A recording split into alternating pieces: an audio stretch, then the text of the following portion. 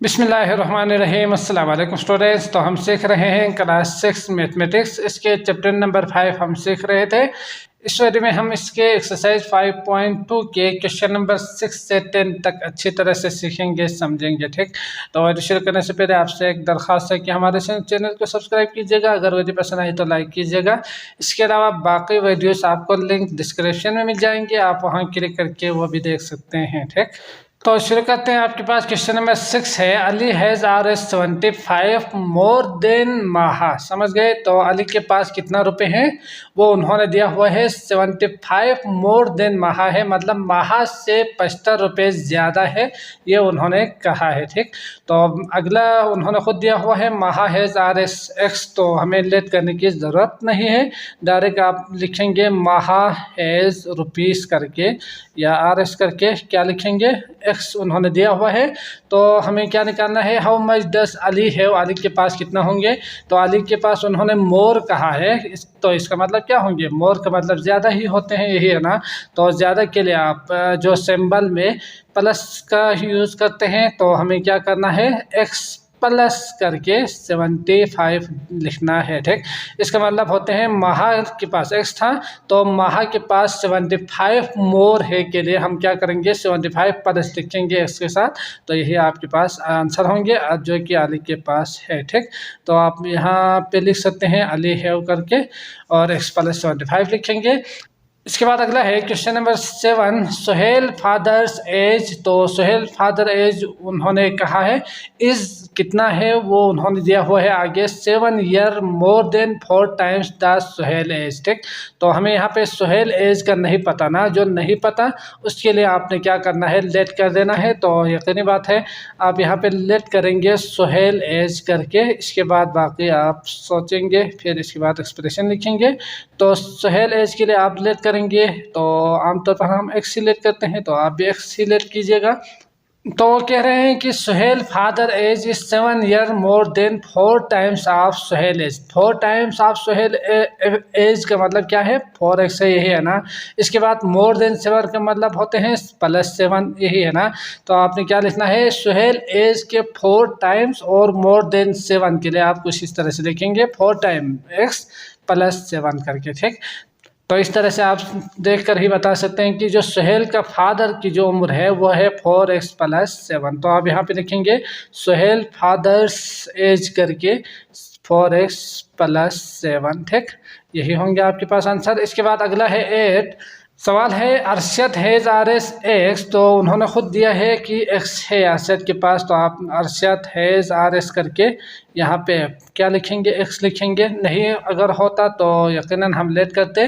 इसके बाद उन्होंने कहा है 4 times as many as Faisal. तो फैसल के पास जितना है ना उसके 4 टाइम्स है। Right N algebraic expression for the rupees the Faisal has. Faisal के पास कितना होंगे वो आपने अलजेब्रिक एक्सप्रेशन में लिखना है। तो पहले इसको एक्सप्रेशन लिखते हैं इस सवाल के हिसाब से, इसके बाद आंसर भी देखते हैं। तो अरशद हैज़ RSX है, इसके बाद उन्होंने कहा है 4 times as many as Faisal. तो फैसल के पास 4 टाइम्स जितना है ना उसका 4 टाइम्स कितना है अरशद के पास है, उन्होंने कहा है। तो अरशद के लिए उन्होंने x कहा था, तो x ही लेंगे equal to x।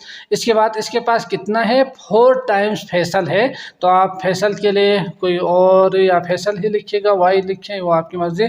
4 time Faisal है इक्वल टू अरशद के पास। ठीक, तो ये बनेंगे आपके पास एक्सप्रेशन। इसके बाद आपने यहाँ अरशद का नहीं निकालना है बल्कि फैसल का निकालना है, तो 4 इस साइड पे आके डिवाइड होंगे, तो आप यहाँ पे लिखेंगे फैसल हैज़ करके RS कितना, RSX डिवाइड बाय 4 होंगे। आप समझ गए? तो इस तरह आप इजीली निकाल सकते हो आंसर।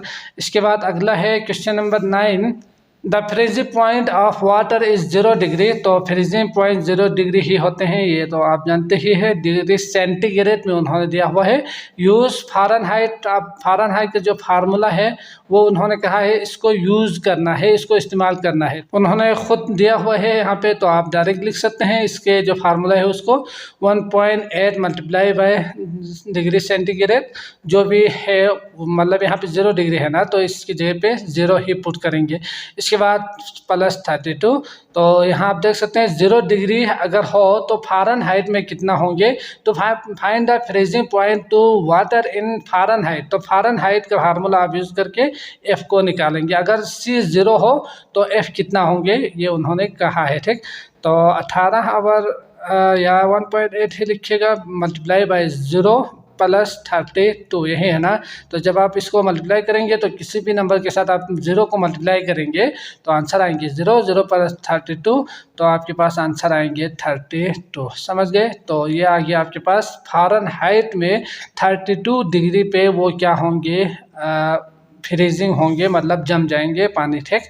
इसके बाद है question number 10, the perimeter of a closed plane figure is sum of length of its side. तो आप जानते ही है कि अगर किसी भी शेप को लेंगे ना तो उसका पेरीमीटर निकालने के लिए यकीनी बात है बाउंड्रीज को आपने प्लस कर देना है, यहाँ से यहाँ प्लस प्लस प्लस प्लस कर देना है, यही है ना। अगर ट्रायंगल हो तो यहाँ से यहाँ तक प्लस ये, तो इस तरह आप प्लस करके ना पेरीमीटर निकाल सकते हैं। पेरीमीटर का मतलब ही क्या होते हैं, बाउंड्री जो लेंथ है उसे कहा जाता है। तो आपने यहाँ से पेरीमीटर, उन्होंने खुद कहा है कि सम करना है। अब आपसे सवाल है find the perimeter of the following figures. तो XY दिया हुआ है, यकीनी बात है XY ABC करके, तो आपने इसका पेरीमीटर अलजेब्रिक एक्सप्रेशन में लिखना है, ठीक। तो क्वेश्चन नंबर 1 जो दिया हुआ है वो है x स्क्वायर दिया हुआ है और x और y दिया हुआ है। तो यहाँ पे अगर मैं इसी को ही ले लूँ तो ये x दिया हुआ है, ये y दिया हुआ है। तो यकीनी बात है ये लाइन इस लाइन के बिल्कुल इक्वल होंगे और ये लाइन इस लाइन के बिल्कुल इक्वल होंगे, बराबर होंगे, स्क्वायर है इसलिए। तो आप कह सकते हैं कि इसका जो पेरीमीटर है वो क्या होंगे, डायरेक्टली आप बता सकते हो x + y करेंगे तो ये पूरा बाउंड्री आ जाएंगे। ये उन्होंने खुद भी कहा है, आपको याद भी होना चाहिए। तो ये x + y होंगे, ठीक। अगर आप इस तरह रखना चाहो तो भी ठीक, नहीं तो आप इसको सोल्व करके 2x सेम है ना, तो इसके लिए 2x 2y सेम है तो 2y भी आप लिख सकते हैं, ठीक।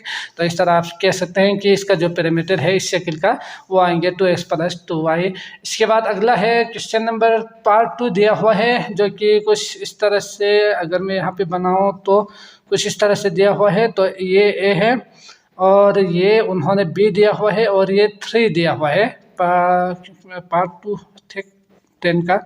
तो आप देख सकते हैं इसका पेरीमीटर हमने निकालना है। तो यहाँ से अगर शुरू करो तो ये 1, ठीक, तो 3, यहाँ से यहाँ तक B ये इसके इक्वल है ना, ये भी इसके इक्वल है और ये इसके इक्वल है, तो 3 ही आएंगे। तो 3 + B + A + 3 + A + B, तो यहाँ तक पहुँच चुके हैं आप। इसका मतलब ये पेरीमीटर आएंगे।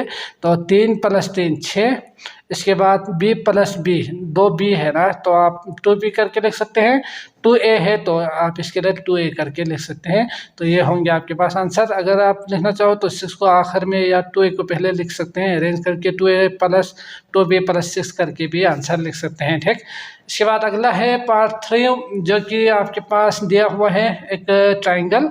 तो ट्राइंगल के लिए आप जानते ही हैं कि उसके 3 साइड्स होते हैं, तो तीनों साइड्स को आपने प्लस कर देना है। तो उन्होंने खुद 3 अलग अलग फिगर दिया हुआ है, इसमें हमें कुछ सोचने की ज़रूरत ही नहीं है। x + 4 + y यही होंगे ना, तो यही आंसर होंगे, या x + y + 4 करके भी आप लिख सकते हैं। इसके बाद लास्ट है आपके पास पार्ट 4, ये कुछ इस तरह से शक्ल दिया हुआ है आपके पास। तो आप देख सकते हैं 2 ये है, 3 ये है, जबकि ऊपर वाला B और नीचे वाला A। यहाँ से अगर आप स्टार्ट करेंगे, शुरू करेंगे, तो इसके लिए जो एक्सप्रेशन बनेंगे पेरीमीटर के लिए वो बनेंगे, पहले यहाँ से यहाँ तक A है, इसके बाद यहाँ से यहाँ तक B है तो +B, इसके बाद यहाँ से यहाँ तक +2, इसके बाद यहाँ से यहाँ तक पहुँचते पहुँचते ये पूरा पेरीमीटर आपको मिल जाएंगे।